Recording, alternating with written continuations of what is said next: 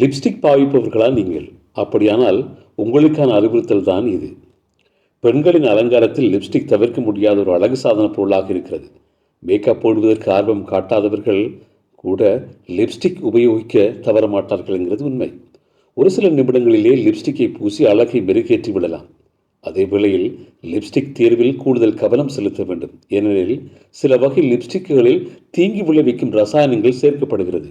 Chromium, ஈயம், aluminium, cadmium உள்ளிட்ட தீங்கு விளைவிக்கும் நச்சுப் பொருட்கள் இடம்பெற்றிருப்பதை ஆய்வுகள் சுட்டிக்காட்டுகின்றன.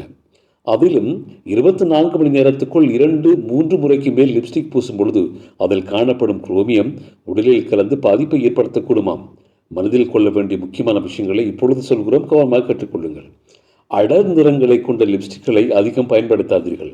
ஏனெனில் அவை அதிக அளவில் நச்சு ரசாயனங்களில் உள்ளடக்கத்தை கொண்டிருக்கும் லிப்ஸ்டிக் ஆகும். லிப்ஸ்டிக் பயன்படுத்துவதற்கு முன் பெட்ரோலியம் ஜெல்லியை பயன்படுத்துங்கள். இது உதடுகளுக்கு பாதுகாப்பு அடுக்கை வழங்கும். அதிக பாதிப்பு ஏற்படுவதை தடுக்குமாம். நச்சு இல்லாத அல்லது இயற்கை மூலப்பொருட்கள் சேர்க்கப்பட்ட உதட்டு சாயங்களை உபயோகிப்பதற்கு முயற்சி செய்யுங்கள்.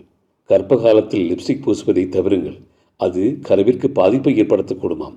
வாரத்தில் 2 அல்லது 3 முறைக்கு மேல் லிப்ஸ்டிக்கை உபயோகிக்க வேண்டாம் என்று ஆய்வுகள் சொல்கின்றது.